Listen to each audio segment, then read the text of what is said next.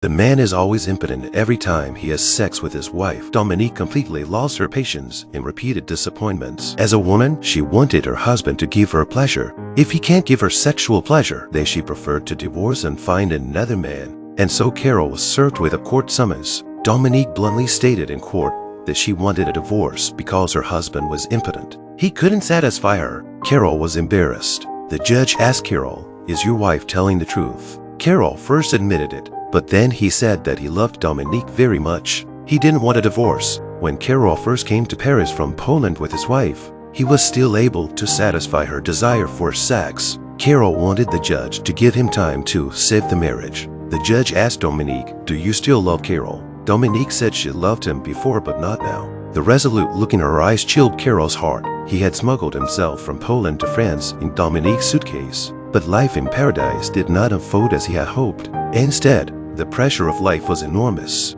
He even lost his ability to be a man. Dominique won her case. She divorced Carol as she wished. She left Carol's luggage on the street and drove off in a fast car without him. Carol was left alone on the streets of Paris. His bank cards were all bouncing. The divorce lawsuit left him with no money. He crouched alone on a street corner, shivering. Carol's current standard of living is no better than that of the homeless man. Then he remembered he still had the key to Dominique's house. So he sneaks into her house and sleeps overnight. Dominique came back and saw this. She was angry and amused. "Now that we're divorced, we should never see each other again." Carol rushed to take out the keys and told her not to call the police. But when Dominique reached for the keys, Carol suddenly played dirty. Dominique tried to grab the keys several times but couldn't get them. Then Carol even swallowed the key in her stomach. Just as Dominique was shocked, he turned his palm over again to prove that he hadn't eaten the key. He gently stroked Dominique's face. This action slowly aroused her sexual desire. Dominique's hope is renewed. She was ready to have full-blown sex with him. But then she was disappointed again. Carol was still impotent. Dominique is furious and decides to throw him out. She takes out a lighter and lights the curtains. With this, Dominique can accuse Carol of setting fire to her house in revenge. Carol has to run out in a hurry with his luggage. On the way, he saw a beautiful statue. This kind of long-distance admiration seems to be the only way to arouse his desire. Then he played the harmonica on the sidewalk to pay his way back to Poland.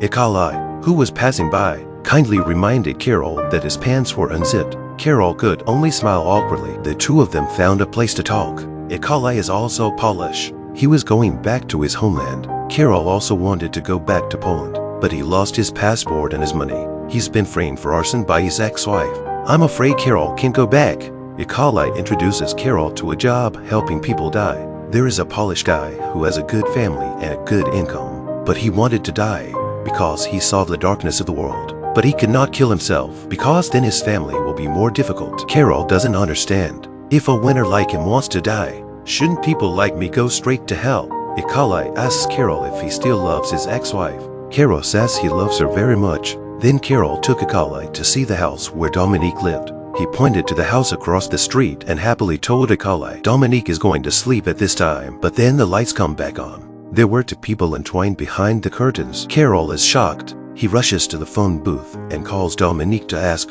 for information. Dominique says, "You're calling at the right time. I'll give you something to listen to." Then her panting voice came over the phone. It's such a high-pitched voice that it's captivating. Carol kept saying, "I love you," but he couldn't stop the sound of pleasure. He had to hang up the phone. His heart was in agony. Carol came back to Nikolai. He had to throw away all the things in his luggage. Then Carol got into the suitcase and tried to lie down for a while. He hoped Nikolai would use it to help him smuggle back into the country. But before he left, he had to steal the statue of a beautiful woman.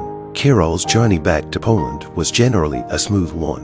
But Nikolai arrived at the airport in Poland and waited for a long time without the suitcase. It turned out that the suitcase was missing. A group of thieves specializes in stealing luggage from airports. Large and heavy suitcases naturally became their first choice. However, this suitcase has a living person hidden inside. A few people just threw the statue away. Then they felt around Carol's body, but did not find anything of value. So Carol was beaten up and thrown down the snowy slope. The statue was broken, but no matter what, he had returned to his homeland. Carol rushed back to join his brother. He rested for a day and gradually recovered. He restored the statue of a beautiful woman and started a new life. Carol worked as a bodyguard for a real estate developer. Once the boss followed his partner to a mountain, because a major home furnishing brand was interested in building a warehouse here. Carol, who was pretending to sleep, overheard the news and found the farmer in the night. He bought the land from him for $5,000. Carol paid a deposit of $1,000 and promised to pay the rest within a few days. Next, he went to Akali. Carol asked him if there was still a need for the hometown guy who wanted to be helped to die. Akali nodded and said he did. The next day, Carol came to the appointed place and saw. It turned out that the person who wanted to die was Akali. Carol was a bit surprised, but he decided to help Akali fulfill his wish. With a gunshot, Akali fell down, but then he found out he wasn't dead. It turned out that Carol had fired a blank shot on purpose. He wanted to give Akali a chance to regret. If the next shot was fired, Carol would have really killed him. Carol asked if he were still determined to die. Akali shook his head. The world may be painful, but there is still value in staying. He gave Carol his commission. Carol used the money to pay off the farm owner's debt. A few days later, the owner came to the house with his partners and beat Carol up. Carol said that he had made a will. If he died, all his estate would go to the church. In that case, the boss had to let him live on too. The boss had to buy the land from Carol. The deal was finally settled for $50,000. Carol had his first money and decided to start a company. He converts the commission Akali gave him earlier into shares. The two of them continued to make money together. But Carol, rich as he was, still had his ex-wife on his mind. He called Dominique just to hear her voice one more time. When Dominique heard Carol's voice, she hung up the phone in a hurry. Carol is disappointed. In order to see Dominique again, he asked his lawyer to help him make a will. After his death, all his property would go to Dominique. Carol and Akali planned to fake his own death together. They smuggled in a disfigured corpse from Russia. They disguised the body as the dead Carol. Dominique did come to Poland for the funeral. Carol watched from afar as she wept for herself. Something inside him seems to be touched. Dominique returns to the hotel. She was still in a state of grief, but then the light in her bedroom suddenly comes on.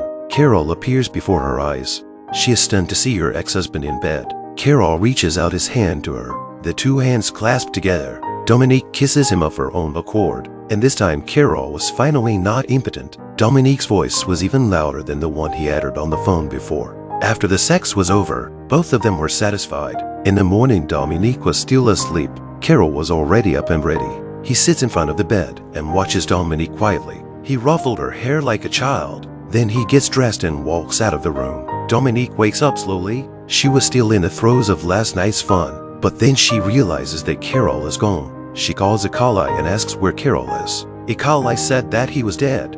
We all attended his funeral. Dominique wanted to say something else. There was a sudden knock at the door. She ran to the door in surprise, but it wasn't Carol. It was some police officers. They suspected that Dominique had something to do with Carol's death. Carol had just died. She executed his will and took all his assets. All signs point to her involvement in Carol's death. The officers wanted to check Dominique's passport. Sure enough, they found out that Dominique had been in Poland before Carol's death. Dominique naively told them Carol wasn't dead, but no one would believe it.